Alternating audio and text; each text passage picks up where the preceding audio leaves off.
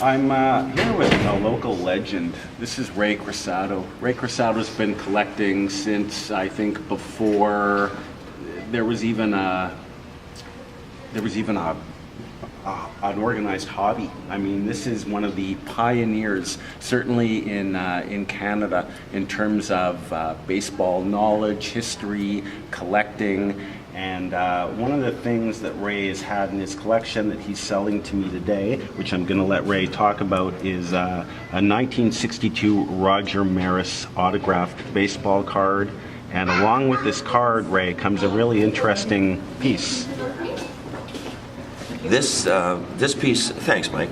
This piece is an original Sports Illustrated photo of Roger Maris hitting number 61 off Tracy Stallard. The interesting part of this is not just the image of him doing so, which is caught in the baseball card, but behind home plate in clear view are three Cincinnati Reds players and managers. We've got Jim O'Toole, we've got Joey Jay, and we've got Darrell Johnson, who became the manager in 1961 when Fred Hutchinson died of cancer. Okay. So they are there, one with his wife, Jim O'Toole with his wife.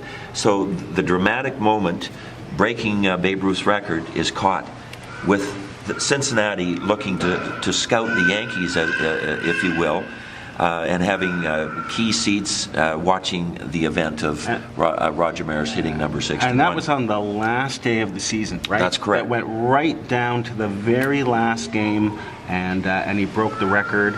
And this card is actually, of all the cards Maris could sign, this is probably the best one. No question. Because it's almost, as I've always said, there's history in this, and you know that old saying, a picture is worth 1,000 words? Absolutely. That encapsulates everything that baseball cards meant to kids in 1962. There was no sports network, there were no 24-hour news channels. Kids sort of live through cardboard in terms of their heroes. And this would have come out the year after Maris broke the record. But if I was a kid in 1962, I would have been fascinated by the images on this card, and then having Maris sign it. And what I wanted to do too, Ray, was talk about, you met Maris in '83, and that's when he signed the card, right? That's right. And he died when he was 51. Very young. Basically a year and a half later, he passed away. So you would have been maybe that was one of the last public appearances Maris made, was in Vancouver in 1983. That's right. In '83, there was a baseball game, and they brought to show Major League Baseball that Vancouver could support a Major League team. I remember that. And it was an all-star game, and they had 15 or 20 of the greatest players ever. Bob Feller, obviously, I think Whitey Ford was there. They had a number of Hank Aaron, etc.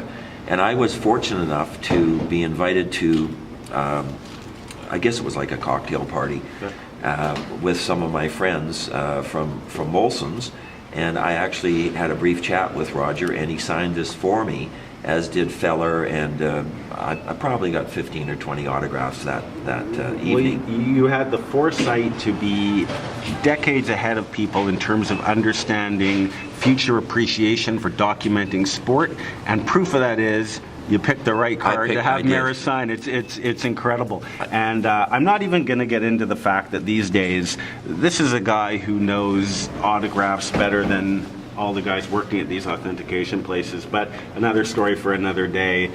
These days, for people that have autographs, it's not enough to have met the player and had the item signed. Now we need this professional authenticity, so everybody knows the item is real, and it has its place and it's fine, but this comes with that. In fact, things have changed so dramatically. I started collecting in 1952, and I was 9, and I had some friends who were in their early teens, and they sort of were my mentors.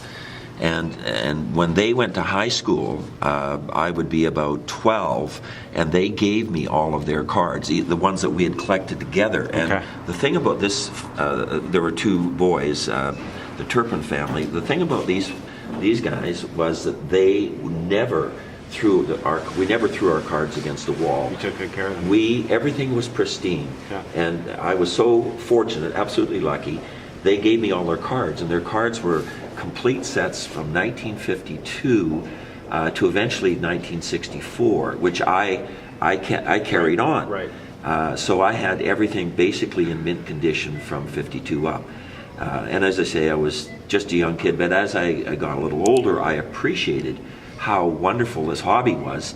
And I stopped collecting in 64, went away, played some baseball, et cetera, and I came back in 1970, and I sold my cards, and then I started again in 1970. So I had a disconnect, and I'm still involved in it to this day. Another story for another day. We'll talk about your baseball career, because you played.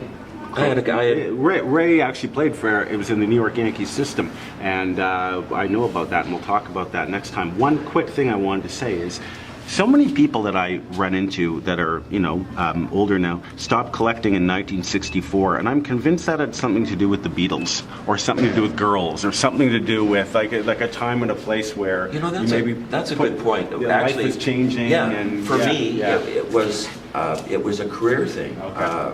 I was 23, I guess, and I got a job, and I got a job in Alberta with a company called Procter & Gamble. Okay. So I left all my cards with my mom and dad, and they knew you did not touch the cards. That's another amazing thing, because 99.9% of men's mothers, whatever, threw their cards away. Absolutely. And everyone I meet too is convinced they had the 52 Mickey Mantle Exactly. 20 times over. Yeah. One last thing on this card, and then because I found this fascinating. So this is missing a little piece of paper on the Yes, back. it is. So at one time it might have been in a scrapbook or something. Right. But I just wanted to point out, you actually found the little piece of I paper. did. Where is it again? I think It's that is on the. That's there hilarious. it is, right there. And you can fix it. How did you find that little piece of paper? I just keep everything, and I found it That's fantastic. in a scrapbook where I had this. Look at the shape of it. That's there it is. fantastic.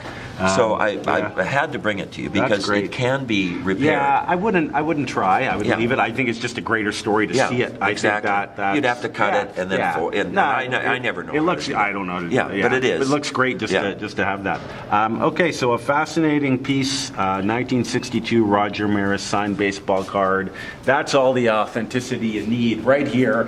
But it's 2017. We're in an internet world. For all people that have autographs, this is something that unfortunately is needed now. That's there. The photo from SI is here. It's a fantastic piece. I'm going to purchase this from Ray today. The purchase price is $370 for the piece. I'm just going to do that now. And I'd like to say that I have known Mike. Mike, when did you start collecting? When I was 13. And so you were, I think, the third person I ever met, but you were the only one who took an interest in me. You were the first guy who, sort of showed me stuff, taught me some things, sort of took an interest in me, and I've never forgotten that. Well, I really thank you. appreciate that. Mike is absolutely, as far as I'm concerned, the preeminent collector in this market and most markets. He is a man of integrity, and we're sitting here today because we've known each other for 30 plus years, and you've done a fabulous job. Thank you, Ray. I would deal with you anytime, and Appreciate that. Thank you so much. I would never, I would always recommend Mike Chart. Thank you. And you've done a heck of a Thank job. you, Ray. I appreciate that. And the next time that we meet, maybe we'll talk about your career in baseball and some of the other fascinating stuff you found. Well, that would be fun. I always say I played in towns that Rand McNally are still looking for. So I had a lot of fun and played against some guys who made it. And everybody's got a few stories. So yeah, but some are just stories. Yeah, yours are real. Well, thank you. Okay. My Thanks pleasure. again, Ray. Thanks very much. And if you have historical baseball memorabilia, sports memorabilia, hockey memorabilia, give me a call, 604-726-1774, or go to the website aasportscards.com, and let's meet, and I'll buy your stuff. Have a nice day. Thank you. Yeah, I would recommend you want to deal with the guy in Canada.